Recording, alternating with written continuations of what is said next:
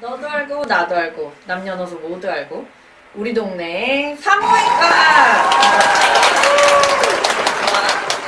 주의, 이번 영상에는 흥미 위주의 내용이 없습니다.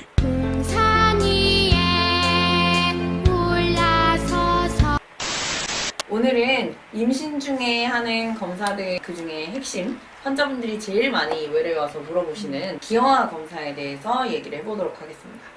상과 전문의 권정훈 선생님께서 말씀하시겠습니다. 네, 이제 정확한 명칭은 홀배수체 염색체 검사. 이 홀배수체가 뭐냐면 그냥 염색체가 원래는 2개씩 있어야 되잖아요. 그 중에 1개가 빠지거나 더 있는 거를 얘기한다고 생각할 수 있죠. 가장 많이 알려져 있는 거는 다운 증후군 있고, 그다음 에드워드 증후군, 그다음 파타우 증후군 이 세 가지를 제일 메인으로 보는데 그 중에 가장 핵심이 되는 거는 21번 염색체를 3개 가지고 있는 다운 증후군이 제일 이 검사의 핵심이라고 보죠. 너도 네, 우리 동네 산부인과 영상을 보고 왔습니다. 네, 세 분이서 귀에 쏙쏙 들어오게 설명을 너무 잘해주셨죠. 저희가 그래서 오늘 주인공 한번 모셔봤습니다. 리에스 여성의원 원장 홍혜리 선생님 모셔봤는데요. 임상의가 알아두면 좋은 산부인과 임상기초에 대해서 오늘 강연을 해주실 겁니다. 여러분 오늘도 집중해서 봐주시길 바랄게요.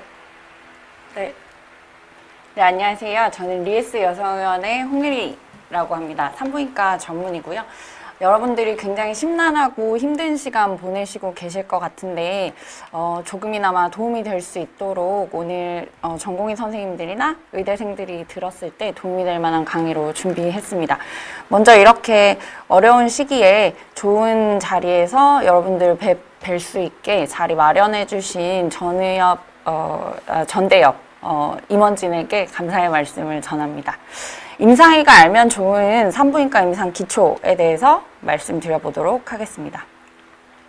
흔히 일반인들과 그리고 의사들조차도 산부인과 하면 떠올리는 것들이 아기를 낳고 요 검진 체열을 생각하시는 게 첫 번째일 것 같은데요. 사실 산부인과는 모체태아의학, 여러분들이 알고 계시는 산과를 제외하고도 여러 가지 파트로 이루어져 있습니다. 대부분 산부인과를 택하는 의사들이 처음 산부인과를 고르게 되는 계기가 모체태아의학, 산과 실습을 하게 되면서 아기의 탄생을 같이 경험을 하면서 거기에 대한 감동 때문에 산부인과를 많이 고르는데요. 저 같은 경우는 부인종양학을 전공을 했고 이 디벌킹 서저리에 대한 매력을 느껴서 부인종양을 전공을 하였습니다. 그리고 생식내분비, 난임이나 폐경, 미성년을 관리하는 생식내분비 파트도 있고, 그 다음에 비뇨부인과라고 해서 요실금이나 그 다음에 폐경기 여성들이나 분만을 한 여성들이 많이 겪는 자궁질 탈출 같은 질환을 다루는 파트도 따로 있습니다. 산부인과는 사실 카더라가 굉장히 흔한 파트인데요. 뭐 주변에서 그랬다, 엄마가 그랬다, TV에서 그랬다, 뭐 각종 민간요법이 난무하고 있는 곳이 산부인과가 아닐까 싶습니다. 심지어 같은 산부인과 의사가 아닌 다른 파트 선생님들하고 얘기를 할 때도 오히려 소문에 더 집중하고 있는 분들이 많으시더라고요. 그래서 오늘 정확하게 좀 알려드려 보도록 하겠습니다.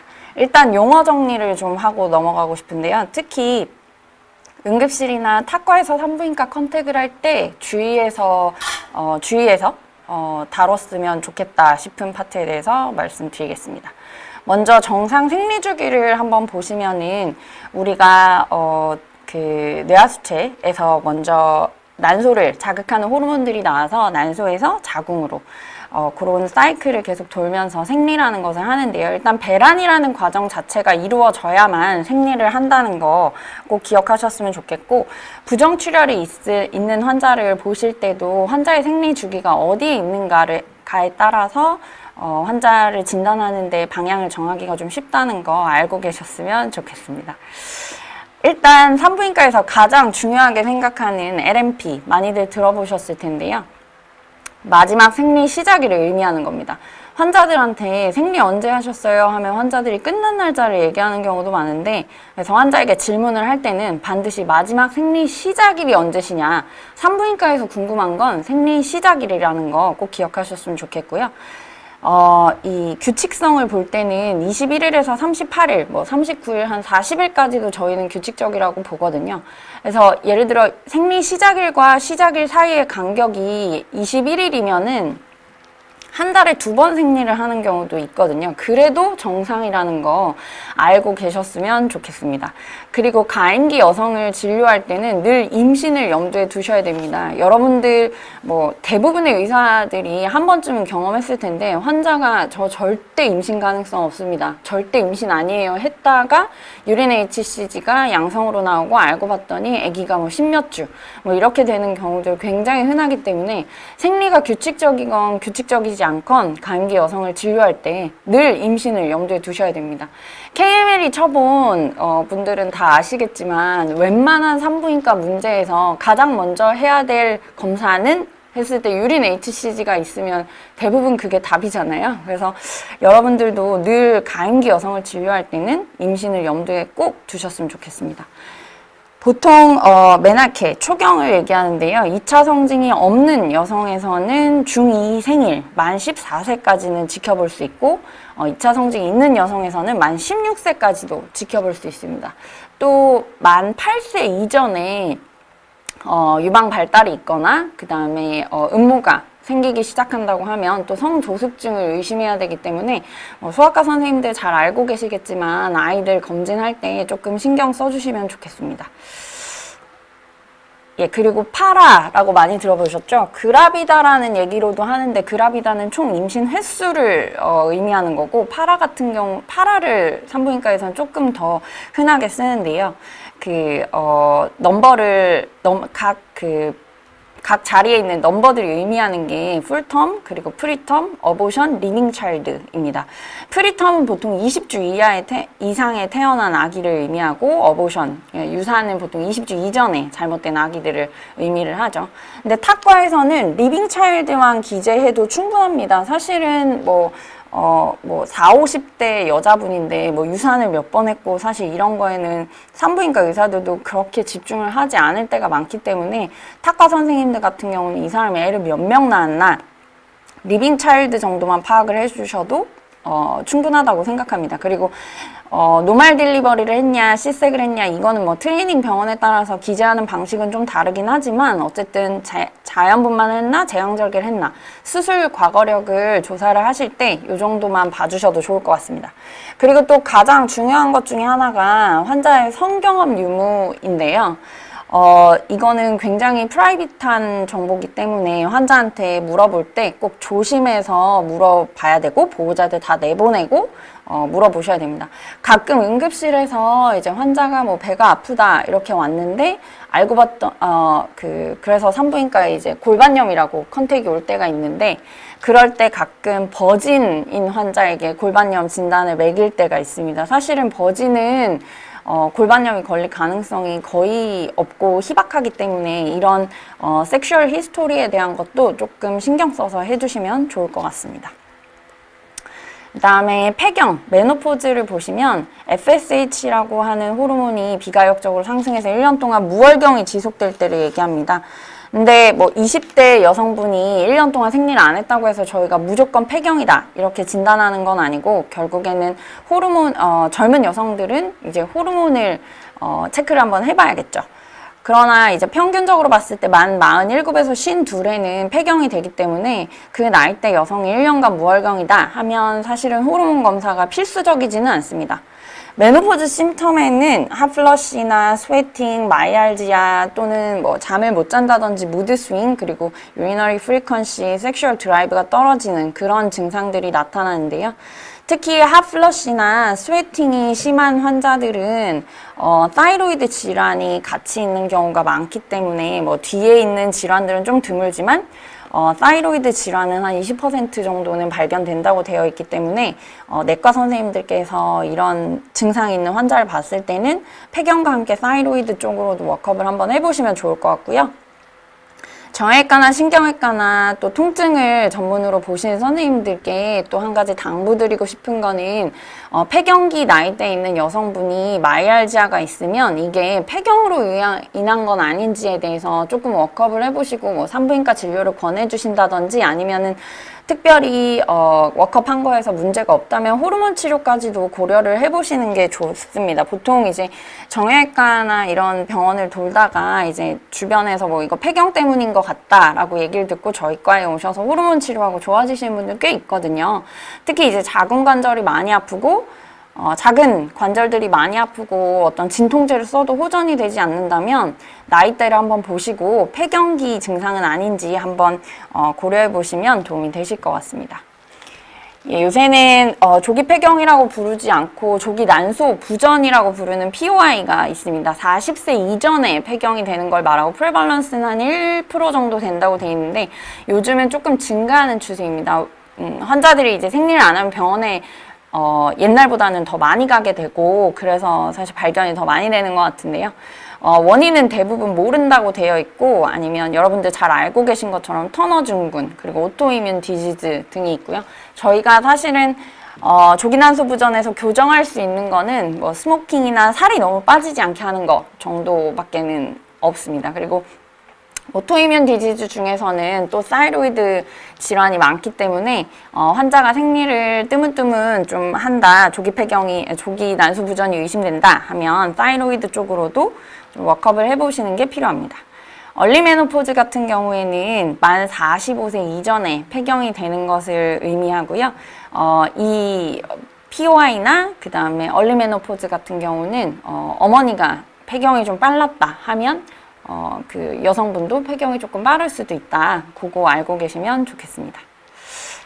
이제 조금 디테일하게 상과 쪽에서 이제 많은 선생님들이 진료 보시다가 고민하실 만한 그 기형 유발 물질들에 대해서 말씀을 드려보도록 하겠습니다. 이게 조금 세부적인 문제들이 있는데 뭐 내과 선생님이나 또 신경과 선생님, 피부과 선생님, 기타 그런 약들을 처방할 일 있으신 분들이 한 번쯤은 봐주셨으면 좋겠습니다. 일단 먼저 우리가 출산 예정일 카운팅하는 거를 살짝 알려드리고 싶은데요. LMP에서 달에서는 마이너스 3을 하고 일에서는 플러스 7을 하면 생리가 규칙적인 여자분들은 대부분 출산 예정일이 카운팅이 됩니다. 사실은 배란일 기준으로 하는 게 어떻게 보면 재태 연령으로는 가장 정확하겠지만 배란이 정확히 언제 될지는 알 수가 없기 때문에 저희가 LMP로 계산을 합니다. 그래서 실제 수정과 수정 기간과는 2주 정도 차이가 나겠죠. 왜냐면은 정자랑 난자가 만나서 수정하는데 뭐 약 일주일, 착상이 완료되는 데까지 토탈 2주 정도 걸리기 때문에 2주 정도 차이가 난다는 거 알고 계시면 좋겠습니다. 제가 굉장히 존경하는 서울대병원의 박중신 선생님께서 저희 전공의 1년차 때 가르쳐 주신 건데요. 10월 10일이 임산부의 날이거든요. 임산부의 날에 만약에 내가 생리를 시작했다고 하면 출산 예정일이 7월 17일이 된다. 요렇게 외우라고 얘기를 해주셨어요. 제한절에 아기를 낳는다. 뭐 요렇게 해서 저는 굉장히 쉽게 외워지더라고요. 그리고 HCG 여러분들께서 이제 과연 이 여성에게 테스트를 했을 때 HCG 임신을 언제부터 진단할 수 있는가를 보시면 플라즈마 그냥 혈청에서 발견되는 거는 배란하고부터 한 일주일 정도 지나면 체열로는 알 수가 있습니다. 그러니까 생리 시작일로부터 따지면 한 3주차 정도 되겠죠? 그 다음에 유린 HCG 같은 경우에는 배란 2주 후부터 디텍션이 됩니다. 그래서 생리 예정일 근처가 됐을 때 테스트를 하면 나오겠죠. 근데 이것도 생리 주기가 여성들마다 너무 다르기도 하고 이 불규칙한 여성분들이 있기 때문에 무조건 맞아떨어지지는 않습니다. 그래서 임신이 의심되는 상황이라면 시리얼하게 조금 팔로우업을 할 필요가 있고요. 그리고 요새는 유린 HCG 검사 자체가 얼리 디텍션 되는 것들도 있기 때문에 조금 더 빨리 나오는 경우도 있거든요. 그래서 이런 것들을 다 음성으로 나온다고 해도 확실한 증거가 있기 전까지는 임신을 늘 의심해 보셔야 됩니다. 그리고 우리가 입덧이 심해지는 거는 보통 HCG가 급격히 상승해 가지고 생긴다고 하는데요. 굉장히 가파르게 상승하다가 10에서 12주 정도 되면 감소하고 16주경부터는 평행선을 이루게 됩니다. 그래서 입덧의 피크가 보통 8에서 한 12주 사이고 임신 1, 3분기가 지나면은 입덧이 좀 감소하는 이유도 요것 때문이죠. 근데 생리 주기가 35일 이상 차이가 나는 35일 이상인 경우에는 사실 생리 시작일로부터 카운팅하는 게 오차가 일주일 이상 나기 때문에 생리 예정일로부터 카운팅한 아기의 재태 연령하고 그 다음에 아기 1, 3분기에 그 CRL이라고 해서 저희 머리 정수리에서 엉덩이까지 길이 재는 그 검사를 해서 일주일 이상 차이가 나면 임신 1, 3분기 초음파가 더 정확하다고 보고 보정을 합니다. 이제 디테일한 테라토젠에 대해서 얘기를 해보도록 하겠습니다. 뭐 알코올이 테라토젠이라는 걸 모르는 의사 선생님들은 없으실 겁니다. 잘 아시다시피 피탈 알코올 신드롬이라고 해서 CNS 어브노말리티 그리고 그로스 임페어먼트를 가지게 되고요. 일단 아이들이 굉장히 특징적인 얼굴의 기형을 가지게 되죠. 그리고 카디악 레날 업노말리티도 있고 오르토피딕한 문제도 생기고 귀나 코 이쪽에 문제도 같이 발생하게 됩니다. 제일 문제는 알코올이 임신 중에 얼만큼 괜찮다 이게 정해진 게 없습니다. 물론 빈지 드링킹을 하면은 태아 사망까지 갈 수 있으니까 문제가 되겠지만 가끔 의사 선생님들 중에 뭐 와인 한두 잔은 괜찮다. 뭐 물론 괜찮을 수도 있겠지만 괜찮을 가능성이 더 높겠지만 의사들이 산모한테 뭐 와인 한두 잔, 맥주 한 잔 괜찮다 이런 얘기를 하는 건 저는 좀 잘못됐다고 생각하고요. 알코올은 괜찮은 농도 자체가 없다라고 알고 계시는 게 좋겠습니다. 시험 칠 때 왕족이었죠. 이 사진 띄워주면서 피털 알코올 신드롬에 대해서 저희가 문제도 나오고 했었죠. 특징적인 안면 장애, 콧대가 되게 낮고 귀가 좀 작다든지 아이들 지능이 떨어지고 이런 문제들이 생길 수 있습니다. 두 번째, 이제 신경과에서 많이 쓰는 약들, 에필랩시에서 쓰는, 뇌전증에서 쓰는 약들도 다들 아시겠지만 NTD 리스크, 뉴럴 튜브 디펙트를 메인으로 일으키는 약물들이 굉장히 많죠. 그리고 오로페이셜 클레프트를 만든다거나 카디악 말포메이션을 만들 확률이 굉장히 많이 올라갑니다. 일단 에필랩시가 있는 산모는 임신을 하게 되면 태어난 아기가 똑같이 이 시저를 할 가능성이 한 10%는 안고 태어난다고 돼 있는데요. 이 시저 안티 에필lep틱 메디슨을 드시는 분들이 임신을 하게 되면 문제가 이 약들이 안 좋다는 얘기를, 임신에 안 좋다는 얘기를 너무 많이 들어서 셀프로 끊는 경우가 있는데 임신 중에 시저를 하는 게 훨씬 더 위험하기 때문에 시저 컨트롤은 굉장히 중요합니다. 아래에 나열되어 있는 발프로익 애시드라든지 카바마제핀 같은 약들은 대부분 NTD 하이리스크에 속한 약이기 때문에 임신 계획이 있거나 임신을 한 여성에서는 반드시 약을 교체를 해주셔야 되고요. 이렇게 멀티플한 약을 쓰는 경우도 있지만 임신에서의 원칙은 되도록이면 모노세라피 그리고 케퓨라 같이 새로 나온 약제들은 임신에 안전한 편이라고 되어 있기 때문에 그런 새로 나온 에이전트들을 사용하는 게 중요하고 그리고 일반적인 산모에서는 저희가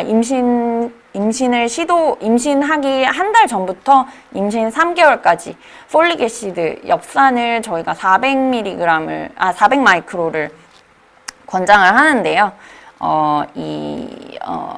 이 뇌전증 약을 드시는 분들 같은 경우에는 4mg, 400 마이크로의 10배 정도 되죠. 4mg을 저희가 복용을 하도록 합니다. 그리고 고혈압 약물, 사실은 임산부들이 젊고 건강한 분들이 많기 때문에 고혈압 약을 드시는 분들이 아주 많지는 않은데요. 그래도 간간히 ACE 이니비터나 ARB 같은 거를 드시는 분들이 있기 때문에 내과 선생님들이 약을 처방을 하실 때 가임기 여성들한테는 좀 주의를 주실 필요가 있는 것 같습니다. 이게 직접적으로 아이들에게 뭐 기형을 일으킨다는 보고는 사실은 있긴 했지만 증거가 없다. 이렇게 해서 직접적인 기형을 일으키는 건 아닌 것 같다라고 교과서에 있기는 한데요. 결국에는 혈압을 떨어뜨리는 약이기 때문에 피탈 하이포텐션이라든지 레날 하이포퍼퓨전을 일으켜서 이스케미아나 아뉴리아가 되면 결국에는 양수가 줄어드는 올리고하이드로암니오스가 발생하겠죠. 그리고 양수가 있어야 폐성숙이 되기 때문에 폐성숙이 되고 사실 사지 발달에도 문제가 생길 수 있어서 컨트랙처 같은 것들이 올 수 있습니다. 그래서 ACE 이니비터나 ARB 같은 경우는 임신 중에는 뭐 베타블로커나 CCB로 바꿔주시는 게 좋겠습니다. 뭐 노바스크나 사실은 니페디핀 같은 약들은 임산부들이 임신 중에 임신성 고혈압이 있어도 뭐 종종 쓰는 약이고, 특히 CCB 중에 니페디핀 같은 경우에는 저희가 조기 진통이 있는 산모에서도 피오로 사용을 많이 하거든요. 비교적 안전한 약물들이니까 산모의 저혈압만 없다면 모니터링 잘 하면서 쓸 수 있는 약들이 되겠습니다. 다음으로는 NSAID입니다. 사실 굉장히 손쉽게 접근을 할 수 있는 약 중에 하나인데요. 다들 아시다시피 프로스타글란딘 합성을 억제하면서 염증 반응을 다운시키는 소염작용을 하는 약들인데요. 이게 뭐 벌스 디펙트를 일으키는 리스크 팩터는 아니기는 한데, 다들 의대 다니실 때 보셨던 게 기억이 나실지 모르겠지만, 태아 때만 있는 혈관 구조들이 두세 가지 정도 있는데요. 그 중에 하나인 그 폐동맥에서 에올타로 들어가는 덕투스 아투리오스라는 혈관을 막는 역할을 하는 게 NSAID입니다. 물론 소아과 선생님들 잘 아시겠지만 PDA 있는 애들한테 인도메타신 써서 막히게 도와주잖아요. 그래서 임신 3, 4분기, 특히 임신 1, 3분기랑 임신 3, 4분기에는 사실은 NSAID는 안 쓰는 게 안전하겠습니다. 72시간 이상 썼을 때는 정말 이 덕투스 아투리오스 컨스트릭션이 좀 심해서 문제가 될 수 있다고 되어 있기 때문에 NSAID는 되도록 쓰지 않는 게 좋겠습니다. 특히 임신 후반기에는. 아스피린 같은 경우에는 저희가 임신성 고혈압, 흔히 이제 알고 계신 임신 중독, 프리클람지아가 있을 때 또는 프리클람지아 고위험군에서는 저희가 아스피린 100mg 데일리로 또는 그거보다 조금 낮게 75mg 정도 데일리로 매일매일 먹이기도 합니다. 그거는 No Adverse Outcome이라고 교과서에 나와 있기 때문에 아스피린을 쓴다고 해서 걱정을 하실 필요는 없을 것 같습니다. 그래서 그러면 임신 중에 도대체 환자가 아프다고 할 때는 뭘 어떻게 해야 되나? 진통제 같은 경우는 아세트아메노펜이 제일 사실 만만하게 쓰실 수 있습니다. 아세트아메노펜 물론 아기들 자폐라든지 이런 거에 문제가 될 수 있다고 되어 있긴 하지만 저용량으로 꼭 필요할 때 쓰면 문제가 되지 않을 겁니다. 사실은 지속적으로 얼마나 먹었느냐도 중요하기 때문에 간간히 먹는 타이레놀로 너무 고민하지는 않으셔도 될 것 같고요. 특히 산부인과에서 근종이 있는 산모들이 임신했을 때 근종으로 인한 통증이 있을 때 코데인도 많이 쓰거든요. 마약성 진통제기는 하지만 NSAID보다는 임신 중에 더 안전하고 페치딘, 데메롤 같은 약들도 입원 환자에서는 쓸 수 있겠습니다. 그리고 열이 나는 게 사실 문제인데 우리 코어의 온도가 올라가면 올라갈수록 아기들 신경계 기형 굉장히 확률이 높아지기 때문에 산모가 열이 난다, 38도 이상의 열이 난다, 무조건 열을 떨어뜨리는 게 우선입니다. 그래서 이때는 아세트아미노펜 아끼지 말고 써주시기 바랍니다.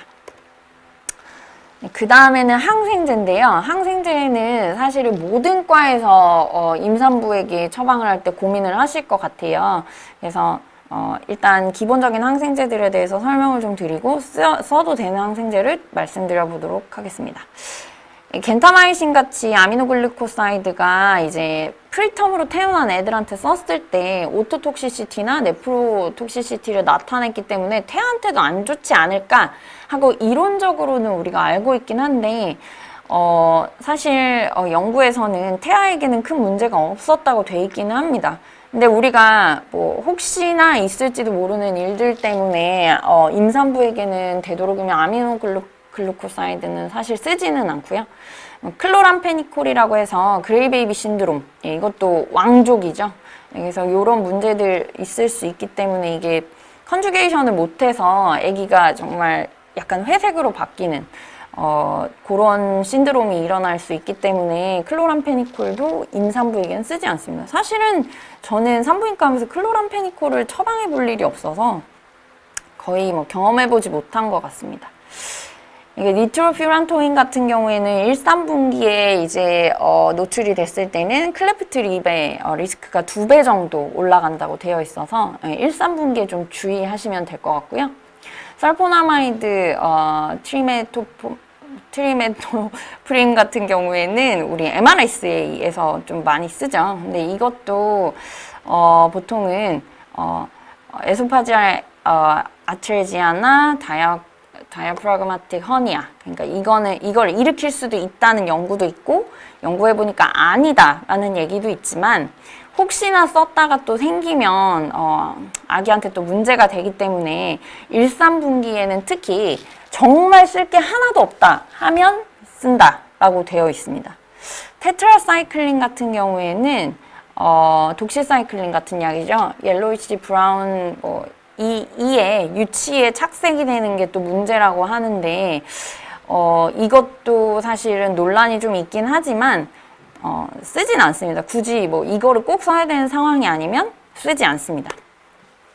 그래서 선생님들께서 항생제를 선택을 하실 때 제일 편안하게 이거는 산부인과에 물어보지 않아도 된다 하는 약들은 페니실린, 그리고 세팔로스포린 계열, 마크로라이드 중에 저희가 임신 중에도 아지스로마이신 굉장히 흔하게 쓰거든요. 그래서 이런 약들은 사실 임산부에게 전혀 문제가 되지 않을 거니까 써야 될 때는 이런 항생제들을 골라서 쓰시면 되겠습니다. 네, 그리고 안티fungal 에이전트, 저희 과에서는 사실 캔디다 불보베지나이티스일 때 플루코나졸 PO를 굉장히 많이 쓰는데요. 플루코나졸 같은 경우에는 크로닉하게, 그리고 1, 3분기에 썼을 때, 그리고 한 400에서 800mg 정도 하이도즈로 트리트먼트를 했을 때 엔틀리 빅스터 신드롬이라고 해서 오랄 클레프트가 생기고 페이셜하고 카디악, 본 쪽에, 본이나 조인트에 문제가 생기는 신드롬이 발생할 수 있기 때문에 플루코나졸도 임산부에게는 금기라고 보시면 되겠습니다. 안티바이럴 에이전트, 이거는 사실 테라토제는 아닌데 우리 헤르페스에 대해서 치료를 할 때 아시클로버나 발라시클로버나 팜시클로버 같은 경우에는 굉장히 안전하게 쓸 수 있기 때문에 선생님들이 임신 중에 대상포진으로 환자를 보신다던가 헤르페스 환자를 보실 때 그냥 쓰셨으면 좋겠습니다. 예, 그리고 이거를 모르는 사실 의대생이나 의사 선생님도 없으실 것 같은데요. 레티노이드, 비타민 A 계열인데 요 약들을 썼을 때 기형이 유발된다는 걸 모르시는 분들은 없을 것 같습니다. 근데 이 약을 쓰더라도 우리나라는 합법적으로 낙태를 할 수 있지는 않거든요. 그래서 이 약을 처방하시는 선생님들께서는 반드시 이 약을 먹는 환자들에게는 피임 교육을 해주셔야 되고, 요새는 동의서라든지 시스템이 돼 있어서 놓치기는 쉽지 않은 것 같은데 그래도 한 번쯤은 더 주지하셨으면 좋겠습니다. 피오로 먹었을 때는 굉장히 테라토제닉합니다. 그래서 레티노익 애시드 엠브리오패시라는 게 있죠. CNS나 페이스, 그 다음에 하트나 사이무스 쪽에 문제가 생깁니다. 그리고 토피컬한 레티노이드 연고 같은 경우에는 사실은 컨트로버셜합니다. 왜냐하면 농도가 그렇게 높지도 않고 얼마나 흡수되는지에 대해서 사실 나와 있지 않기 때문에 컨트로버셜하긴 하지만 산부인과 의사들이 생각했을 땐 굳이 임신 중에 굳이 이걸 써야 되나라는 생각이 있어서 사실 처방을 안 하시는 게 맞을 것 같아요.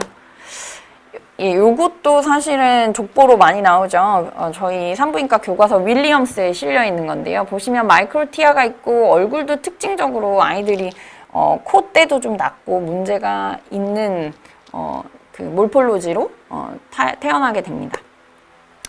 그래서 요것도 알고 계셔야겠죠. 레티노이드 계열을 썼을 때 우리가 얼마나 피임을 해야 되는가. 이소트레토닌 같은 경우는 한 달, 그리고 벡사로틴 같은 경우에도 한 달.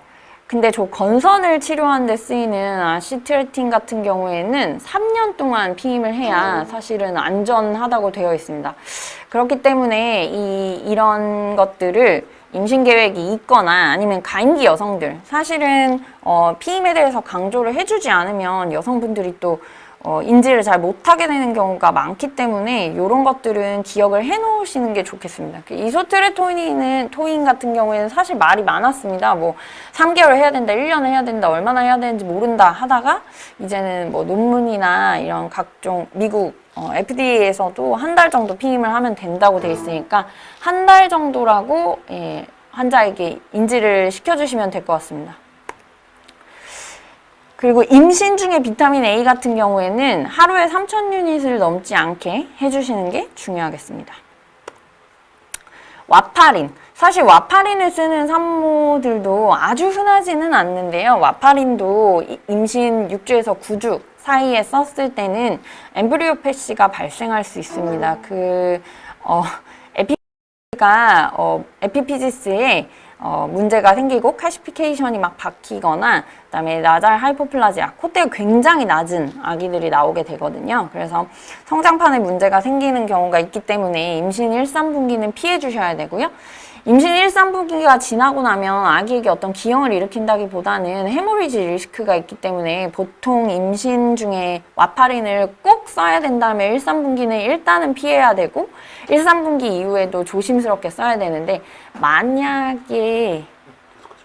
만약에 와파린을 대체해서 따르게 쓸 약은 뭐가 있을까 고민이 되신다면 요즘 에녹사파린, 로몰레큘라 웨이티드 헤파린이나 아니면은 로도즈 아스피린을 함께 쓰는 요법은 굉장히 안전하기 때문에 임신 출산 직전까지 쓰다가 출산 후에 블리딩이 컨트롤이 되는 것 같다 하면 즉시 또 로몰레큘라 헤파린이나 뭐 다른 약으로 대체를 하고 또 와파린 타이터링을 해나가시면 될 것 같습니다. 일단 로몰레큘라 웨이트 헤파린이나 로도즈 아스피린은 임신 중에 안전하다 알고 계시면 되겠습니다. 라디에이션도 사실 문제죠. 뭐 임신인지 모르고 체스트 찍었다, 임신인지 모르고 CT 찍었다 이렇게 해서 굉장히 당황하시는 동료분들도 많으신데요. 이게 도즈나 아니면은 임신 주수에 굉장히 영향을 많이 받습니다. 라드가 굉장히 높게 만약에 엑스레이를 쬐었을 때는 뭐 어보션이 당연히 될 수도 있고 그로스 리스트릭션이 될 수도 있고 말포메이션이나 뭐 캔서 리스크도 있겠고 마이크로세팔리 그리고 멘탈 리타데이션까지 있을 수 있겠습니다.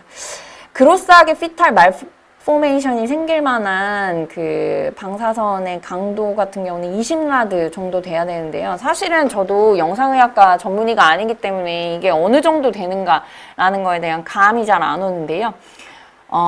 5라드 이하에서는 사실은 아이들 태아에게 영향을 전혀 주지 않는다고 되어 있고 그리고 영향을 주지 않는다고 되어 있고 우리 진단적으로 쓰는 엑스레이는 대부분 10라드를 넘지 않는다고 되어 있긴 합니다. 우리 배에 직접적으로 X선을 굉장히 많이 잴 수 있는 CT 같은 경우가 2.5라드거든요. 그래서 예를 들어서 임산부인 걸 내가 알고 있는데 뭐 앞배 같은 걸로 왔다 하면 그래서 산부인과에서는 MRI를 찍죠. CT가 아니라. 그래서 이런 것들에 대해서 조금 알고 계시면 좋겠습니다. 혹시나 임신인지 모르고 찍었다 하더라도 10라드 이하에서는 뭐 치료적으로 이거를 유산에 적응증이 되지는 않거든요. 그래서 대부분의 그런 X선은 진단적으로 쓰는 뭐 방사선 치료를 하는 게 아닌 경우에는 크게 문제는 되지 않는다고 환자에게 좀 안심을 시켜주시면 좋겠습니다. 그리고 혹시나 해서 말씀드리는데 임신 전에 뭐 CT를 찍었다, 임신 계획이 있는데 CT를 찍었다 이런 건 전혀 문제가 되지 않습니다. 그래서 체스트 PA를 저희가 제일 많이 찍잖아요. 체스트 PA에 지금 그레이 보이시나요? 굉장히 낮습니다. 0.008mm 그레이라고 돼 있고요. 그래서 일단은 아까 앞서서 말씀드린 것처럼 임신 주수도 굉장히 중요한데요. 0에서 2주 사이에는 OR 난이라고 해서 사실은 수정이 되고 착상이 되는 단계이기 때문에 이때는 죽거나 살거나 아예 임신인지 모르고 넘어가는 경우가 더 많아서 뭐 크게 걱정을 안 하셔도 되고 여기서 2주수의 엑스레이를 찍었는데 임신 유지된다 이러면 걱정하지 않으셔도 됩니다. 제일 센시티브한, 서셉터블한 이 주수는 8에서 15주인데요. 이때는 라디에이션에 굉장히 예민하고 특히 이제 멘탈 리타데이션에 굉장히 예민하다고 되어 있습니다. 그래서 오라드 이하에서는 뭐 소아암, 캔서를 유발할 수 있고, 뭐 그래서 50라드에서는 IQ가 떨어지거나 크로스 리스트릭션, 그리고 50라드 이상이 되면은 큰 문제들이 생긴다라고 되어 있습니다. 그리고 16에서 25주에는 위랑 비슷한 리스크들을 가지긴 하지만 라드가 조금 더 높아지긴 하고 리스크는 조금 더 적다라고 되어 있습니다. 그리고 8주 이하, 그리고 25주 이상에서는 오라드 이하의 엑스레이는 위험이 없다라고 되어 있습니다. 그래서 체스트 엑스레이로 우리가 아기에게 기형을 만들려면 한 1000장은 찍어야 됩니다. 예를 들어서 임신을 아는 상태에서 그러면 한 8주, 요새는 웬만하면 한 8, 9주 PN 체크를 하지 않은 여성을 제외하고는 웬만하면 테스트기를 대부분 해보시기 때문에 임신 한 8주, 6주, 8주 되면 거의 다 진단이 되거든요. 그런 임신을 아는 산모에서는 여러분들이 다 납복을 배에다가 감아준 다음에 어디 엑스레이를 찍으실 거고, 그다음에 CT를 찍어야 되는 상황에서는 우리가 MRI라는 뭐 대체할 수 있는 또는 초음파를 보면 되기 때문에 이런 뭐 엑스레이를 1000장 정도 찍거나 CT를 4-5번 찍는 일이 있지 않으면 너무 걱정하지 않으셔도 됩니다. 예, 그 다음에는 이제 산과 그리고 부인과로 넘어가서 피임에 대해서 잠깐 얘기를 드리고 넘어가도록 하겠습니다. 피임에서는 뭐 다른 피임보다는 피임약에 대해서 선생님들께 꼭 말씀을 좀 드리고 싶습니다. 2019년 4월 11일에 낙태죄가 헌법 불합치가 됐죠. 그래서 사실 뭐 여자의 몸은 여자니까 낙태는 내 맘대로 뭐 이렇게 말씀하시는 분들도 계시긴 한데요. 일단 산부인과 의사들 입장에서는 이게 굉장히 복잡한 문제입니다. 이거를 뭐 나라에서는 급여로 해줘야 된다, 급여로 해주지 말아야 된다부터 시작해서 나는 낙태가 헌법에 뭐 합치가 되는 거는 상관없지만 내가 하지는 않겠다라고 자기의 신념을 가지고 계신 선생님들도 있기 때문에 그런 걸 최대한 우리가 막고 어떻게 피해 보려고 하면 모든 의사들이 피임에 대해서 환자들에게 조금 강조를 해줄 필요는 있지 않나. 그게 우리의 사회적인 책임이 아닌가라는 생각을 저는 하고 있습니다. 피임에 대해서 잘못된 지식들 굉장히 많이 접해보셨을 텐데요. 뭐 지뢰 사정을 하면 피임이 된다, 뭐 사정 후에 씻으면 된다, 콘돔은 사정하기 전에만 끼면 된다, 피임약을 오래 먹으면 또는 자궁 내 피임 장치를 하면 뭐 임신을 못한다, 출산 안 한 사람은 자궁 내에 피임 장치를 넣으면 안 되고, 이게 제일 흔한 문제고 산부인과 의사 선생님들도 가끔 이런 경우가 있는데 피임약을 1년 이상 먹으면 몇 달간 휴약기를 가져야 된다. 뭐 이런 그걸 가지고 계신 분들이 있거든요. 이거 어디에도 근거가 없는 얘기이기 때문에 뭐 피임약을 1년 이상 먹었다고 해서 몇 달 쉬어야 된다. 이거는 틀린 이야기입니다. 그리고 또 사실 작년에 이 뉴스를 보고 진짜 충격받았는데 강남에 있는 뭐 어머니들이 아들들이 사고 칠까봐 정관 수술을 한다고 하는데 뭐 비뇨기과 선생님 중에 이거를 해주신 선생님은 없다고 저는 믿고 있고요. 뭐 이런 말도 안 되는 피임에 대한 상식을 가지고 있는 부모들이 있기 때문에 우리가 교육을 좀 해줘야 되지 않겠나 싶습니다. 여러분들이 생각하시는 것보다 환자들은 피임에 대한 정보 제공을 굉장히 원합니다. 사실 여기에 나와 있는 IUS라는 건 자궁 내 피임 장치고 임플란트는 팔에 끼는 임플라논이라는 피임 장치인데요. 먼저 유럽에서 탄코 스터디라고 해서 의료진하고 일반 여성의 인식 차이를 조사한 바가 있는데요. 의사들은 38%만 이런 설명을 원할 거다라고 생각을 했지만 여성들에게 설문조사를 했을 때 우리는 73% 정도가 우리는 설명을 해주면은 적극적으로 랄크라는 거는 롱 액팅 리버서블 컨트라셉션이거든요. 그러니까 뭐 장기간, 뭐 3년에서 5년 정도 피임을 할 수 있는 그런 기구들을 고려할 의사가 있다고 응답했습니다. 그래서 우리 한국에서도 토크 스터디를 지금 하고 있습니다. 분당 서울대병원의 김슬기 교수님이나 삼성의 이동윤 선생님들이 주축이 돼서 하는 연구인데요. 의사들에게 설문조사를 했을 때 의사들은 뭐 이런 것들에 대해서 환자들이 관심이 뭐 한 30에서 한 40% 있을 거다 했지만 우리나라 여성분들도 한 60에서 70% 정도는 의사들이 설명해주면 나는 이런 피임법을 선택을 하겠다라고 얘기를 했습니다. 뭐 이번에 이런 문제들이 생기면서 뭐 산분진료에 대해서도 사실 저는 저희 뭐 유튜브 댓글로도 굉장히 많이 받고 있는데요. 뭐 그런 면에 있어서는 우리가 설명을 조금 더 정성껏 해주면 사실 뭐 의사들에 대한 이미지도 많이 바꿀 수 있지 않나라는 거를 저는 사실 이 설문조사를 통해서도 조금 느꼈거든요. 그래서 여러분들이 환자들에 대해서, 피임에 대해서 조금 더 관심을 가져주시면 좋을 것 같습니다. 이게 저희 노박에 실려있는 피임 방법의 피임 실패율에 대해서 얘기를 한 겁니다. 뭐 퍼펙트 유즈를 했을 때 뒤쪽을 딱 보시면 1년 동안 내가 원치 않는 임신을 할 확률에 대해서 나와 있는데요. 아무것도 안 했을 때, 아무것도 안 하고 1년 동안 관계를 했을 때 85% 정도 임신이 되고, 저는 이 표를 보면서 생각보다 놀란 게 지뢰 사정을 진짜 완벽하게 하면 콘돔 사용하는 거랑 실패율이 그닥 차이는 안 나더라고요. 근데 티피컬하게 했을 때, 그러니까 뭐 대충 했을 때는 사실 임신율이 20%면 5번 관계를 하면 한 번에 임신된다는 거니까 절대 낫지 않습니다.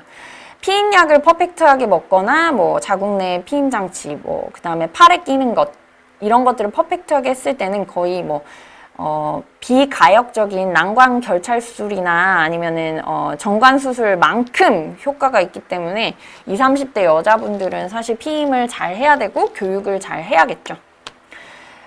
그러나 저러나 콘돔은 껴야 됩니다. 왜냐면 콘돔은 여러분들이 꼭 인식을 바꾸셔야 되는 게 피임을 위해서 하는 게 아닙니다. 성병을 막기 위해서 콘돔을 쓰는 거라는 인식을 가지셔야 콘돔은 필수라는 얘기를 환자들에게 해주실 수 있습니다. 사실 피임약을 먹거나 자궁 내 피임 장치를 한 환자들이 성병에 감염될 확률이, 성매개 감염에 노출될 확률이 굉장히 많다라는 얘기들이 있는데요. 그 이유는 피임이 퍼펙트하게 되기 때문에 환자들이 콘돔에 대한 중요성을 생각하지 않기 때문에 성매개 감염이 올라가는 거거든요.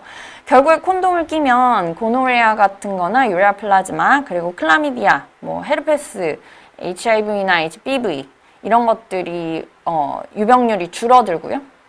서비컬 네오플라지아 같은 경우는 HPV, 인유두종 바이러스에 의해서 생기는 거죠. 거기에 대해서도 프로텍션하는 효과가 있습니다. 가끔 라텍스 알러지가 있어서 못 쓰겠다는 분들도 있는데 폴리우레탄으로 된 콘돔도 있고 콘돔의 종류 굉장히 다양하기 때문에 피임약 골라 먹듯이 골라보시라고 환자들에게 꼭 얘기를 해주셨으면 좋겠습니다. 그러면 제가 피임약에 대해서 간단히 설명을 좀 해드려 보겠습니다. 피임약의 메커니즘 다들 알고, 피임약의 메커니즘을 설명드리기 전에 먼저 이제 우리 HPO 엑시스라고 해서 생리에 연관된 호르몬들이 이렇게 네거티브 피드백을 하면서 이렇게 조절이 되고 있는 거 다들 알고 계시죠? 그래서 뇌하수체에서 FSH나 LH가 나와서 난소에 작용을 하고 나면 에스트라디올과 프로게스테론이 분비가 되면서 그게 네거티브 피드백을 이루고 항상성을 유지를 하는 겁니다. 그런데 우리가 피임약을 먹으면 FSH와 LH가 억제가 됩니다. 그걸로 배란이 되지 않습니다. 그리고 정자가 들어오는 그 자궁 경부 쪽에 점액을 변화시켜서 정자의 통과가 잘 되지 않게 만듭니다. 결과적으로 자궁 내막이 얇아져서 착상이 안 되게 만듭니다. 제가 이거를 만들면서 꼭 강조하고 싶은 게 많은 의사분들이 피임약을 먹어도 출혈이 생기니까 생리는 하는 거고 배란은 되는 거 아닌가 라고 얘기를 하시는데 배란 되지 않습니다. 모든 피임 방법 중에 사실은 배란이 완벽에 가깝게 막아지는 그리고 배란을 억제함으로써 이 피임이 되게 하는 거는 거의 피임약이 유일하다고 생각하시면 됩니다. 물론 임플라논 같은 경우도 높은 확률로 배란을 억제하기는 하지만 완벽히 억제하지 못하고 미레나 같이 자궁 내에 삽입하는 피임기구 같은 경우에는 85%에서 배란이 됩니다. 그러니까 배란이 안 되는 기전을 가진 건 피임약이다라는 거 꼭 알고 계셨으면 좋겠어요. 그리고 피임약을 먹고 하는 출혈은 생리가 아닙니다. 그냥 호르몬이 끊기기 때문에 피가 나는 거지 생리는 절대 아니라는 거, 그냥 유도된 출혈이라고 생각하시면 됩니다. 피임약의 장점과 단점 한번 보시겠습니다. 뭐 약국에서도 우리나라는 일반 의약품이기 때문에 굉장히 쉽게 구할 수 있고 원할 때 시작하고 원할 때 중단할 수 있습니다. 규칙적인 출혈, 생리가 불규칙한 환자들은 규칙적인 출혈을 만들 수도 있고, 그 다음에 부인과적인 문제들, 뭐 배란이 안 되니까 월경전 증후군이라든지 월경통, 월경과다 같은 것들을 해결할 수 있습니다. 단점은 매일 먹어야 되니까 까먹기가 쉬워요. 그리고 한 달에 한 10,000원꼴로 약국에서 사더라도 비용이 들기 때문에 예를 들어 내가 5년 동안 피임을 한다 치면 가격이 뭐 꽤 나가죠. 그리고 흡연자에게는 금기입니다. 나이 제한이 따로 있진 않지만 우리가 나이가 들어감으로 따라 심혈관계 질환에 대한 위험성은 높아지기 때문에 영향을 줄 수도 있겠습니다. 그리고 일정한 성관계가 없을 때는 환자분들이 관계하기 뭐 하루 이틀 전에 피임약을 몇 알 먹고 관계를 하고 뭐 이렇게 지식이 없는 상태에서는 문제가 되기도 하기 때문에 정확한 교육이 좀 필요합니다. 이게 부작용이 있는 경우가 프로게스틴에 따라서 이제 부작용이 있는 경우가 많은데요. 약국에서 파는 게 2세대, 3세대 피임약이고 전문의약품, 산부인과 의사들이 처방하는 피임약이 4세대 피임약입니다.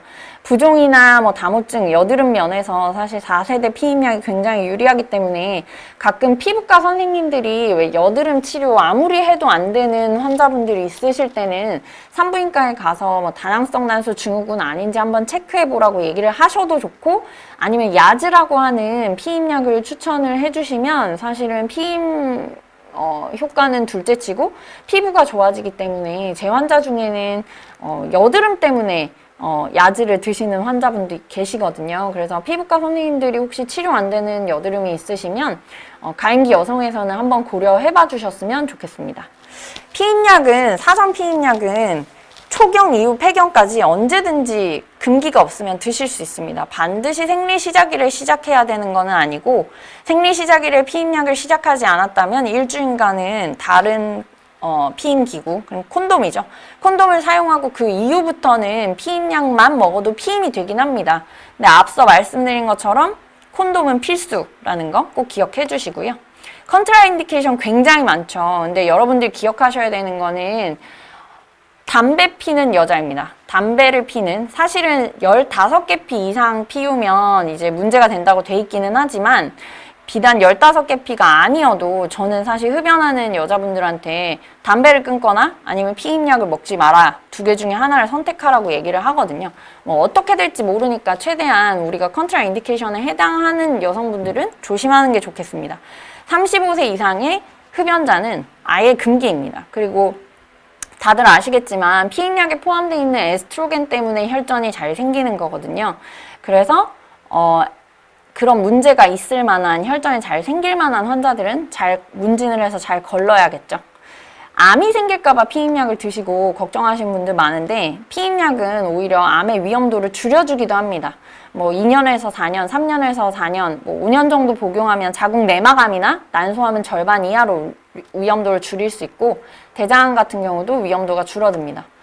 안젤리나 졸리가 브라카 유전자라고 해서 그 브라카 유전자 뮤테이션이 있어서 유방이나 뭐 난소를 다 제거한 거 알고 계실 겁니다. 그러면 졸리 정도 되는 나이가 아니라 20대 환자들은 어떻게 할 거냐 하면 그 친구들도 피임약을 먹입니다. 4년 이상 먹었을 때는 난소암의 리스크를 20% 정도 줄일 수 있다라고 되어 있습니다. 유방암에 대해서 걱정이 많으실 텐데, 유방암의 위험도를 안 먹은 사람보다는 1.2배 정도 올린다고 되어 있으나 그 리스크가 베네핏을 넘어서지 않기 때문에, 그리고 앱솔루트하게 절대적인 발생률이 굉장히 낮기 때문에 걱정하지 않고 처방하셔도 됩니다. 스롬보시스 같은 경우에는 혈전은 많이 알려져 있어서 다들 좀 걱정을 하시는데요. 앞서 말씀드린 것처럼 에스트로겐 때문이고 절대적 발생률 굉장히 낮습니다. 첫 복용 3개월 차에 제일 높은데, 이게 아까 말씀드린 것처럼 한 1년 먹고 난 뒤에 몇 달 쉬면 다시 리스크가 똑같아집니다. 첫 3개월로 돌아가기 때문에 차라리 환자한테 꾸준히 먹으라고 하시는 게 맞고, 피임약을 먹어봤자 혈전 발생률 2배 올라갑니다. 근데 우리 임신한 여자들 12배 올라가거든요. 근데 우리가 임산부들을 보면서 혈전 생겨서 저 사람 죽으면 어떡하지? 이런 고민을 하진 않잖아요. 그래서 피임약을 젊고 건강한 여성이 먹었을 때 문제가 되지 않는다.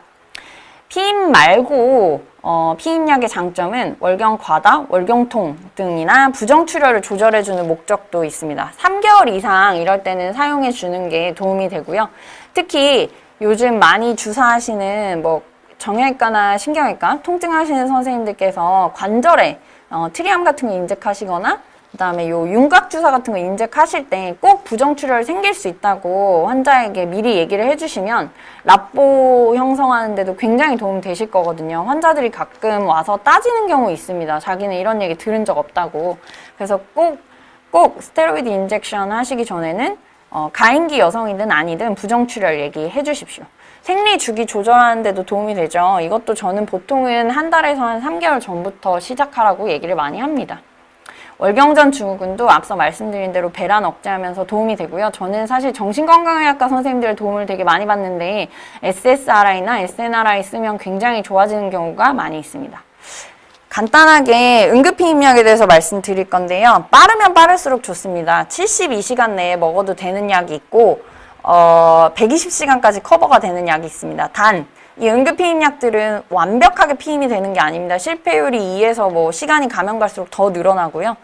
유산이 되는 약은 아니기 때문에 그 점을 꼭 주지시켜 주셔야 됩니다. 시간이 지날수록 성공률은 떨어집니다. 엘라원이라고 불리는 약이 새로 나왔는데 나온 지가 좀 됐지만 120시간까지 커버가 되고 배란도 억제하면서 자궁 내막을 조금 얇게 만들어 줘가지고 피임이 앞에 말씀드린 레보노게스트렐로만 돼 있는 응급피임보다는 훨씬 도움이 됩니다. 그래도 이것도 낙태하는 약은 아닙니다. 응급피임약 처방할 때는 환자가 반복해서 받지 않게 꼭 사전 피임에 대해서 한번 교육을 해주셔야 되고 3시간 이내에 토하면 하나를 추가 복용해야 됩니다. 그리고 UPA, 아까 엘라원 같은 걸 복용하고 난 뒤에는 최소 5일 후부터 사전 피임약을 복용할 수 있고 좀 살이 찐 여성분에게는 엘라원 또는 구리루프 그리고 수유하시는 분한테는 레보노게스트렐이나 구리루프를 추천해 드립니다. 예, 그 거의 마지막 페이지인데요. 가임기 여성이 내원했을 때 꼭 기억하셨으면 좋겠는 거는 가임기 여성들이 내원했을 때 월경 시작일이나 임신 여부 반드시 확인해 주시면 좋겠습니다. 임신 시에 사용 가능한 좀 안전한 약은 세팔로스포린 그리고 아세트아메노펜이 있습니다. 피임약은 피임 외에도 다양한 부인과적인 문제를 해결할 수 있고 특별한 금기증이 없을 때는 안전합니다. 응급피임약 처방할 때는 여러분들이 나라에 기여하고 있다 생각하시고 사전 피임에 대한 교육을 꼭 해주셨으면 좋겠습니다. 예, 지금 굉장히 힘든 상황인데요, 모두가. 사실 산부인과를 처음에 전공의협의회에서 강의는 산부인과에 대한 어려움 같은 거를 얘기해달라고 말씀을 하셨는데, 제가 생각할 때는 자기가 하고 싶은 걸 하는 게 제일 중요한 것 같아요. 어떤 전공이나 의대생들이 전공을 선택할 때. 왜냐면 이게 결국에는 평생 내가 이 업으로 삼고 살아야 되는 거잖아요. 제가 산부인과를 선택할 때도 산부인과는 바닥이라고 했었거든요. 근데 지하도 있고 지하가 1층만 있는 게 아니고 2층도 있고 3층도 있고 계속 내려가더라고요. 지금 전공의 선생님들이 정말 좋은 리더를 만나서 좋은 집행진을 만나서 이렇게 16,000명이나 되는 많은 인원이 적극적으로 싸워나가고 있는 거 보면 굉장히 존경스럽고 사실 부럽기까지 합니다. 저가 전공의 때도 포괄수가제 때문에 산부인과는 한바탕 난리가 났었는데 저희가 어쩌면 그때 적극적으로 끌고 나가지 못해서 이런 악순환이 계속 되지는 않는 건가 생각이 들기도 하고요. 공부만 열심히 하고 사실은 일을 열심히 했을 뿐인데 이렇게 전 국민적인 미움을 우리가 받아야 되나. 저도 유튜브를 운영하면서 저희가 의대 정원 확대하는 거 반대한다는 영상만 맨 위에 올려놔서 늘 악플과 이렇게까지 욕을 먹어야 되나라는 생각을 하면서 요즘 사실 너무 우울해서 잠이 안 오거든요. 근데 전공의 선생님들은 진짜 필드에 나가서 환자를 본 것도 아닌데 그런 얘기를 듣는 게 너무 억울하고 속상할 것 같아서 제 속상함은 아무것도 아닐 것 같고요. 그리고 공공의료기관에서 코로나를 70% 이상 예방했다고 하는데 제가 생각할 때는 여러분들의 서비스 덕분에 어떻게 보면 이런 위기를 극복해 나가고 있는 거 아닌가 생각이 듭니다. 그래서 그 코로나를 막고 공공의료기관에서 70% 이상 코로나 환자를 커버했다고 하지만 거기에 있는 의료진의 과반수 이상이 저는 저희 전공의 선생님들이었다고 생각합니다. 지금 굉장히 힘든 시기 보내고 있지만 저희가 이렇게 뭉쳐서 13만 의사 선배, 후배, 의대생 후배들까지 뭉쳐서 한다면 극복해 나갈 수 있지 않나 조그만한 희망을 보기도 합니다. 여러분들이 열심히 일해주시고 앞장서 주신 데에 대해서 모든 의사들이 감사함을 느끼고 있고 앞으로도 각자 자리에서 반짝반짝 빛나실 수 있기를 모두가 바라고 있습니다. 경청해 주셔서 감사합니다. 네, 고맙습니다. 홍혜리 선생님의 강연이었는데요. 네, 마지막에 이 전공의 선생님들이 필드에서 있었기 때문에 고맙다는 인사를 한 번 더 좀 얘기를 해주신 것 같습니다. 저희가 이제 인스타 계정으로 질문을 받고 있는데요. 중간중간에 질문이 참 많이 들어왔습니다. 그래서 하나씩 좀 소개를 하고 답변 받는 시간을 네. 갖도록 하겠습니다. 일단 강의 너무 잘 들었고 그리고 또 반대로 우울해하시지 말라고 응원하는 지금 인스타 DM이 막 오고 있고요. 산부인과 전공이라고 아, 강연이 네. 너무 좋다고 아, 감사합니다. 칭찬도 오고 네. 있습니다. 그 이제 일단 먼저 두 개 나눠서 강연 내용에 먼저 질문을 드리면 일단 피임약에 관한 질문도 많았고 근데 이제 그 순서대로 레티노이드에 네. 대해서 먼저 질문 드릴게요. 근데 이제 임신을 하기 전에 레티노이드를 한 6개월 정도 뭐 복용을 장복을 하신 네. 분이 또 장기간으로 중단한 다음에 임신이 됐을 때 이제 이런 내용을 보시고 걱정하는 경우가 있는데 뭐 그런 게 영향을 미칠지. 아니요. 한 달 이상 끊으면 그냥 괜찮다고 얘기해 주시는 게 좋을 것 같아요. 그리고 만약에 임신인지 사실 모르고 먹었다. 근데 이제 아주 임신 초기에 그걸 알았다. 그러면 사실 왜 우리 all or none이라 그러잖아요. 보통 8주 이전까지는 괜찮기도 하고요. 제 경험을 좀 얘기를 드리면 저는 레티노이드를 먹은 적은 없는데 이 술은 사실은 아주 계획적으로 임신하지 않으면 먹을 수 있잖아요. 저는 사실 폭탄주를 먹었는데 너무 취해서 왜 이러지 하고 테스트를 해봤더니 임신이었거든요. 그래서 산부인과 의사도 이런 경우가 있기는 해서 그러니까 임신을 늘 계획적으로 해야 된다. 제가 피임을 늘 강조하는 이유가 제가 실패해봐서 그렇다고 아시면 되겠습니다. 굉장히 불안하거든요. 왜냐하면 임신 아주 초기에 먹었으니까 아기한테 영향은 없을 거라고 생각은 하지만 뭐 ADHD나 이런 애기들이 발달하면서 있을 수 있는 문제들이 또 있거든요. 애기가 약간 좀 집중을 잘 못한다 이러면 내가 그때 술을 먹어서 그런가? 라는 생각을 떨치실 수 없을 거예요. 그렇기 때문에 꼭 금주, 임신 준비 중에는 금주하고 저런 약들을 끊어야 되는데 이게 의사가 얘기를 해주는 것만으로도 환자들이 한 번은 생각해 보거든요. 그래서 꼭 그거는 주지를 시켜주시고 한 달 이상 끊었으면 괜찮다고 얘기해 주시면 돼요. 그러니까 알고 있는 산부인과 선생님께서도 그렇게 이제 떨칠 수 없는 맞아요. 그런 건데 일반인은 얼마나 불안할까요? 저도 명심하겠습니다. 꼭 계획 임신하시죠, 네, 여러분. 네. 그럼 그 계획 임신에 결국 중요한 게 이제 피임약인데 이제 예수병원 인턴 선생님이 질문을 해주셨어요. 저도 이제 응급의학과에 있으니까 처음에 이제 그 응급 피임약을 가지러 오는 분들한테 맞아요. 뭔가 루틴하게 설명을 잘 해주고 싶은데 네. 그런 것에 대해서 뭐 포인트 찝어주실 만한 게 있을까요? 선생님들 저는 병원에 약간 늘 우리가 진료를 보거나 공부를 할 때도 아이템빨이잖아요. 이 식약처에 들어가시면 그 사전 문진표가 있거든요. 네. 응급피임약이나 그다음에 사전 피임약에 대해서 문진표가 있어요. 사실 그 문진표를 쓰게 하면 설명하기가 너무 좋아요. 여기에 해당하는 것들을 지적해주면 되고 응급피임약을 처방을 할 때 저는 환자에게 첫 번째로 묻는 질문이 그거예요. 지금 임신하셔도 돼요? 거든요. 그럼 환자들이 다들 움찔해요. 아니요. 안 되니까 받으러 왔겠죠. 그렇기 때문에 그런 것들을 지적을 한번 해주셔야 되고 지금 임신하시면 안 되잖아요. 근데 이거는 100%에 가깝지도 않고 실패율이 굉장히 높은 피임법이다 라는 거를 강조해주고 사전 피임약이 훨씬 몸에 안전하다. 우리 아까 레보노게스트렐이라는 호르몬이 1.5ml 들어있는 게 응급 피임약인데요. 이게 일반 피임약에 들어있는 거에 한 15배 정도 되거든요. 그러면은 이 약이 15배는 높은 호르몬이다. 괜찮을까? 라고 얘기를 하면 환자들이 약간 움찔하면서 그래 내가 사전 피임을 잘해야겠다 라는 얘기를 하니까 그런 문제가 될 수 있는 부분들을 지적해 주시면 될 것 같아요. 그러면 그 피임약을 또 그렇게 잘 드시고 계시는 분들 중에 부작용 때문에 고생하시는 분들도 있잖아요. 맞아요. 그래서 제일 잘 알려진 게 보통 야즈를 많이 맞아요. 먹고 오시는데 네네. 야즈는 처방만이 가능한 약인가요? 아니, 맞아요. 근데 다른 피임약이랑 어떤 게 달라서 그게 처방만 가능한가요? 피임약들이 보면 에스트로겐 플러스 프로제스틴이라는 게 뒤에 붙어 있거든요. 이 프로제스틴 종류에 따라서 2세대, 3세대, 4세대, 뭐 1세대에는 사실 에스트로겐이 너무 많이 들어있는 거라 없어졌고 2, 3, 4세대로 바뀌어져 있어요. 그래서 뭐 1세대는 2세대 같은 경우에는 2세대나 3세대는 약간 환자들이 붓거나 뭐 여드름이 난다고 얘기를 하는 경우도 있는데 사실은 야즈나 야스민이 왜 전문의약품인지 저도 잘 모르겠는데 뒤에 붙어있는 성분이 드로노스피레논이라고 해서 뭐 특허를 받은 뭐 그런 성분인 것 같아요. 뭐 각자의 다 특허가 있는데 얘는 아직 안 풀린 것 같거든요. 그래서 전문의약품이라고 돼 있고 사실 일반적으로 약국에서 파는 피임약보다 가격은 2배 비싼데 사실 저도 둘째 출산 후에 피임약으로 피임하는데 저도 야즈만 먹거든요.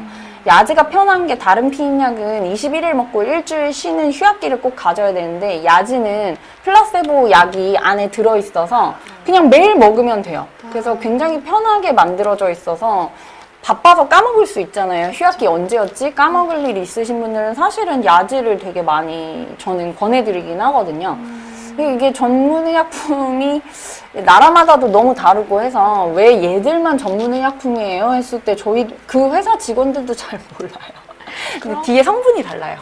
그러면은 야즈가 어쨌든 그 되게 컴플라이언스가 사실 중요하니까 맞아요. 그런 부분이 좋잖아요. 맞아요. 근데 이걸 먹고 이제 심한 우울감이 있다. 그러면 약을 추가하는 게 맞을지 아니면 그냥 다른 약으로 바꾸는 걸 먼저 권하시는지. 야즈를 드시고 이게 이제 야즈에서는 사실 더 이상 갈 데가 클레라라는 약밖에는 없긴 하거든요. 마지막으로 이제 최후의 보루가 클레라인데 사실 저는 야즈를 먹고 부작용이 있다 그러면 다른 피임 방법을 아예 권해드려요. 뭐 자궁에 넣는 것도 있고 팔에 끼는 것도 있고 하니까 사실은 다른 방법으로 아예 피임 방법을 바꿔보라고 얘기를 많이 드려요. 이제 내용에 관한 질문은 마지막인데요. 이거는 탁과에서 이제 좀 궁금해하는 거고, 네. 아스피린 예방적으로 사용하는 사실 요새 그 사람들이 많잖아요. 네네네. 리스크 팩터가 올라가다 보니까 이제 그런 분들에 대해서 이제 그게 분만에 미치는 영향, 산부인과적으로 생각했을 때 뭐 프라이머리 프리벤션으로 아스피린을 사용하는 거에 대한 뭐 의미 이런 거에 대해서 하시고 싶은 말이 있으세요? 요즘은 아스피린을 사실 고위험 산모에서 굉장히 많이 쓰고 네. 그 연구가 많이 돼 있거든요. 교과서에 아예 실렸어요. 이번에 개정된 교과서에도 실렸고 상과 선생님들이 고위험군 산모들 특히 이제 임신 중독증의 가능성 있는 산모들에 있어서는 저희가 뭐 20주부터 그냥 쭉 먹인다, 16주부터 먹인다, 뭐 12주부터 먹인다 이렇게 선생님들마다 조금 다르긴 하지만 먹이시거든요. 블리딩 텐던시를 좀 올릴 수는 있지만 이제 출산 임박할 때쯤 돼서 뭐 수술해야 된다 그러면 잠깐 끊어볼 수도 있고요. 근데 아스피린을 먹음으로써 임신성 고혈압이나 전자간증, 뭐 자간증 같은 거 예방하는 효과가 훨씬 더 높기 때문에 아스피린 저용량, 뭐 100ml에서 75ml 정도는 안전하게 먹을 수 있다고 환자들한테 얘기해 주시면 될 것 같아요. 감사합니다. 네, 또 질문이 들어왔어요. 산부인과 전공인데 진로 고민이 있다고 네. 얘기를 했었는데 대학병원과 로컬의 장단점 그리고 부인암 세부 전공을 하고 로컬로 나갔을 때 장단점이 어떤 게 있을까요? 이렇게 질문이 왔어요. 저는 사실 보라매 병원에서 펠로우를 했고 보라매 병원, 그러니까 저는 이제 서울대에서 트레이닝 받았는데 그러니까 다 병원마다 사실 되게 장단점이 있어요. 그 순환병원 안에서도 장단점이 나뉘거든요. 근데 제가 보라매를 선택한 이유는 사실 저는 아예 진로를 대학에 남지 않겠어로 처음부터 정했고 그다음에 보라매에서는 뭐 대학에서 배울 수 있는 온콜로지에 대해서도 배울 수 있지만 저는 사실 복강경 수술 같은 거를 조금 익숙해져서 펠로우 때 그 익숙해진 상태에서 나가고 싶었고 그리고 외래를 볼 수 있다는 것도 굉장히 큰 장점이었고요. 제 외래가 뭐 일주일에 한 3타임 정도는 늘 있어서 제 환자를 만들 수 있다는 것도 되게 장점이어서 사실 저는 보라매를 선택했고요. 뭐 그런 트레이닝 받을 수 있는 병원에서 선택을 했고, 근데 이제 문제는 이게 서울이잖아요. 근데 저는 이제 온콜로지를 전공하고 이제 인천에 있는 좀 큰 여성병원에서 근무를 했었는데 거기에서는 굉장히 자유롭게 부인과 수술을 제 맘대로 할 수 있었어요. 환자가 많았고요. 근데 이제 문제는 제가 너무 구구절절인데 집이 너무 멀어서 서울로 다시 직장을 구하려고 하니까 문제는 뭐 제가 근무하던 병원에서 조금만 가면 강동경희대, 좀 더 가면 강동성심, 좀 더 가면 아산병원, 뭐 맘먹고 강을 넘어가면 서울대병원, 뭐 이런 식으로 다 있기 때문에 사실 온콜로지를 하고 난 뒤에 서울에서 수술을 많이 한다는 거는 조금 어려울 것 같아요. 로컬에서. 대학에 남으면 되겠죠. 뭐 자리는 있으니까. 그래서 저는 사실 산부인과가 너무 재밌어서 산부인과를 선택한 거는 절대 후회하진 않고, 뭐 이렇게 뭐 정부 정책 같은 것들이 산부인과가 개판이 되게 만들어도 전 사실 후회하진 않아요. 저희 동기들도 얘기를 해보면 너무 좋은 과다. 왜냐면은 뭐 다른 과 같은 경우에는 뭐 안 좋은 환자들만 보지만 저희는 태어나서 뭐 축하드립니다라는 얘기를 하는 일이 더 많으니까요. 그래서 일단은 진로 결정을 할 때 제가 봤을 때 제일 중요한 건 대학에 남을 건지 로컬에 나갈 건지를 먼저 정해서 내가 남을 방향에 대해서 이제 거기에서 트레이닝을 더 잘 받을 수 있는 병원에서 뭐 펠로우를 한다던가 그런 것도 중요한 것 같아요. 결국에는. 그러면서 마지막에는 이제 산부인과 화이팅 점점점 이렇게 화이팅. 좋은 과입니다. 네, 갑자기 이렇게 화이팅 이렇게 느낌표로 네, 주시면 좋을 것 같아요. 네. 그리고 대학생 분이신데 네, 본과 4학년 학생이래요. 선생님께서 다른 선생님 강의에서 이 선생님 말고 앞에 네, 강의에서 이제 산부인과 수가가 엄청 낮게 후려쳐졌다. 맞아요. 어느 정도 이제 감이 안 잡히는데 감이 안 알려달라고 하시네요. 네. 뭐 예를 들어서 요실금 수술을 하면 요실금 저희가 한 20만 원 정도가 환자 본인 부담금이고 나머지 돈을 이제 환자가 내는 거고요. 이제 그런 거를 할 바에 이제 저희가 뭐 산부인과적인 성형 수술 같은 걸 하면 돈을 더 많이 버는 거죠. 그러니까 뭐 사실 이거는 문제도 있긴 한데, 그러니까 일부 선생님들은 뭐 이거 하는 김에 질 축소 수술을 같이 해주면 뭐 훨씬 효과가 오래 간다. 뭐 이렇게 얘기하시는 선생님들도 있는데, 그러니까 이게 약간 적절한 수가를 못 받으니까 뭐 생기는 문제들 아닐까 싶고요. 그 다음에 뭐 근종 수술을 하면 환자 본인 부담금이 한 40만 원 정도? 몇 시간을 해도 똑같아요. 유착이 엄청 심하다고 해도 뭐 한 1, 20만 원 차이 나는 정도? 저도 옛날에 진짜 허무했던 게 유착이 엄청 심하고 성근증, 근종, 뭐 난소에 자궁 내막증 같이 있어서 한 3시간 정도 수술을 하고 나왔는데 수술료가 40만 원이고 그 다음에 난소 수술한 건 절반만 쳐줘요.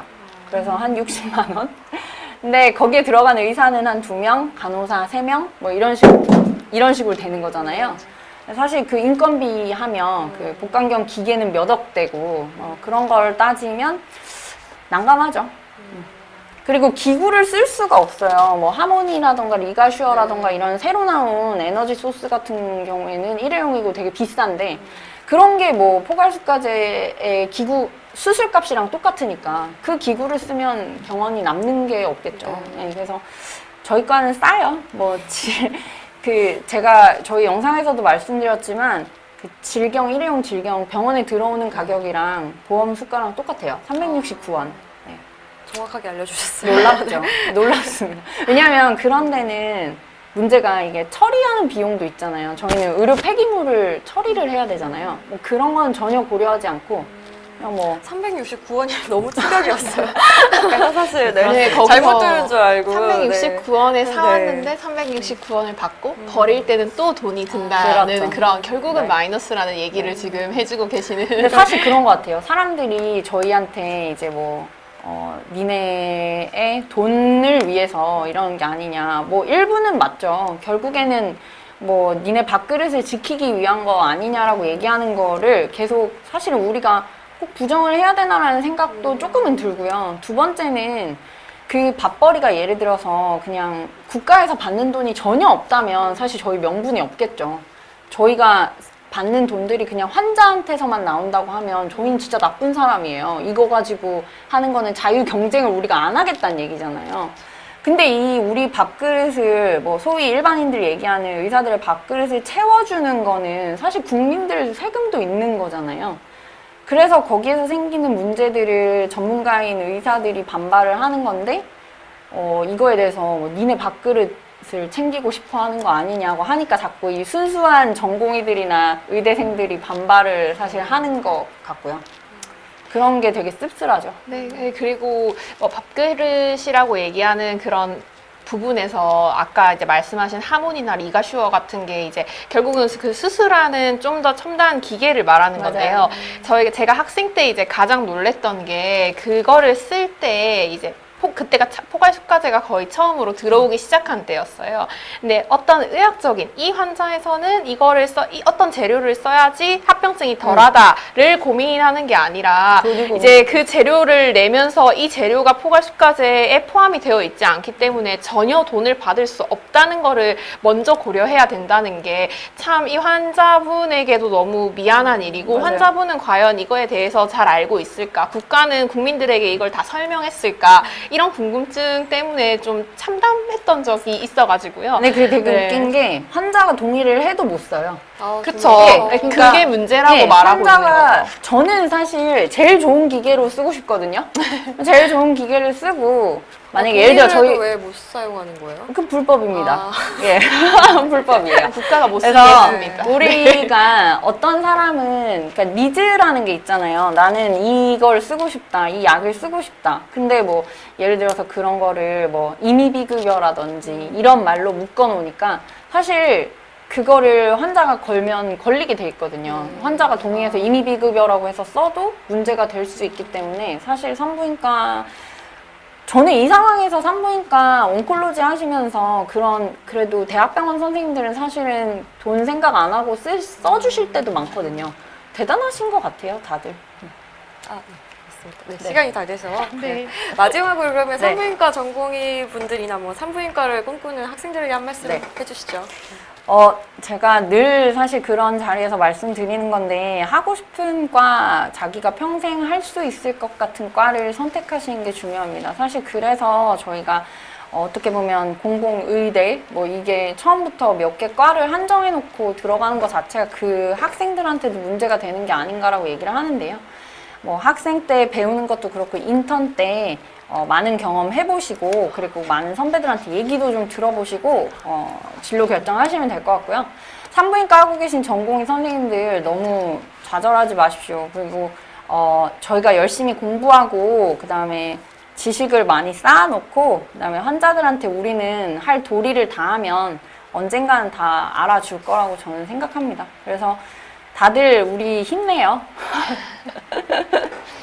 네, 알겠습니다. 정말 네. 힘내시길 바라고요. 너무 울적해하지 말라고 메시지도 오고 있으니까요. 다 같이 힘내시길 바라겠습니다.